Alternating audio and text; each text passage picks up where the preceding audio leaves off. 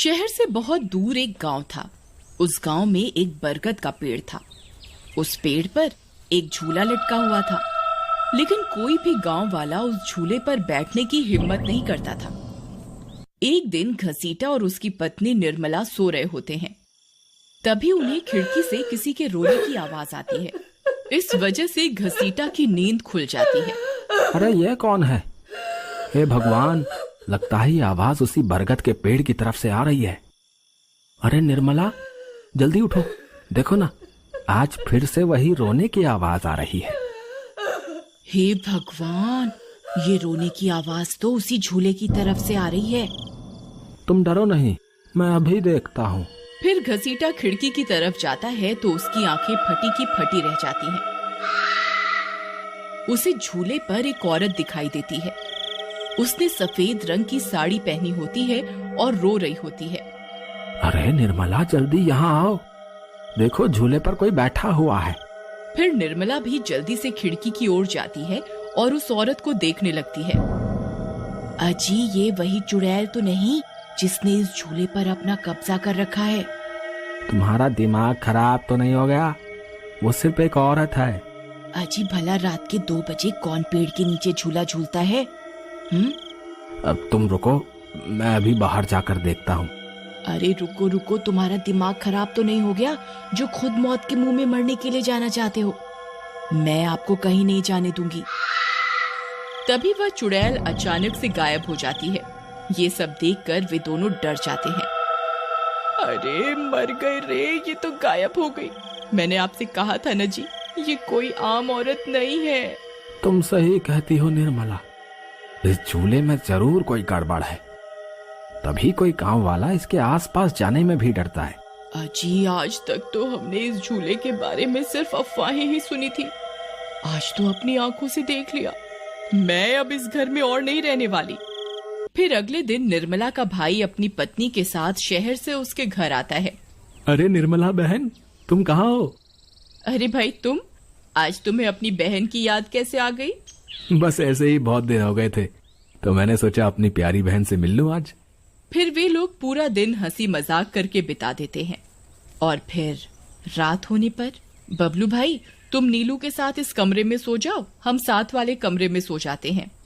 और हाँ, तुम्हें किसी चीज की जरूरत हो तो मुझे बता देना। फिर इतना बोलकर निर्मला अपने कमरे में सोने के लिए चली जाती है।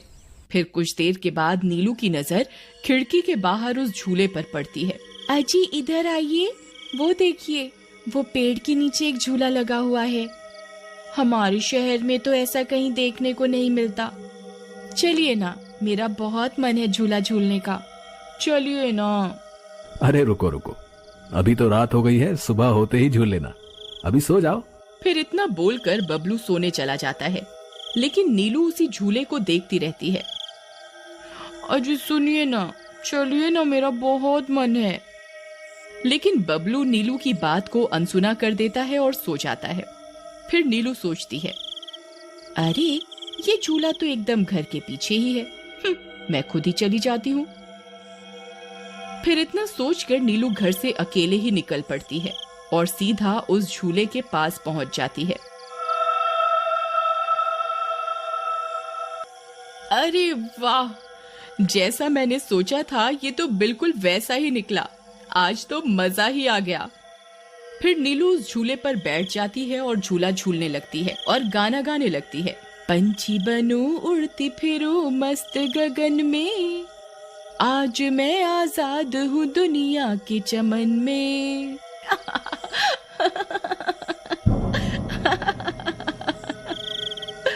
अरे वाह। फिर नीलू कुछ देर रात खुशी खुशी झूला झूलती रहती है। अरे वाह, आज तो मजा ही आ गया। चलो अब घर चलती हूँ, अगर इनकी नींद खुल गई तो ये बहुत नाराज हो जाएंगे। फिर जैसे ही नीलू उस झूले से उतरने लगती है तो उसे महसूस होता है कि किसी ने उसे पकड़ कर रखा है और वो झूले से नीचे नहीं उतर पा रही। वो बहुत डर जाती है। अरे अरे ये क्या, कौन है जिसने मुझे पकड़ कर रखा है? वो इधर उधर देखती है लेकिन उसे कोई दिखाई नहीं देता। अरे मर गई रे, मैं इस झूले से क्यों नहीं उतर पा रही? बचाओ बचाओ, कोई है? अजी सुनते हो, मेरी मदद करो। तभी नीलू की आवाज सुनकर बबलू की नींद खुल जाती है। निर्मला और घसीटा भी उठ जाते हैं और भागते हुए बबलू के पास आते हैं। अरे बबलू, ये तो नीलू की आवाज थी ना, वो कहाँ है? तभी घसीटा की नजर उस झूले पर पड़ती है।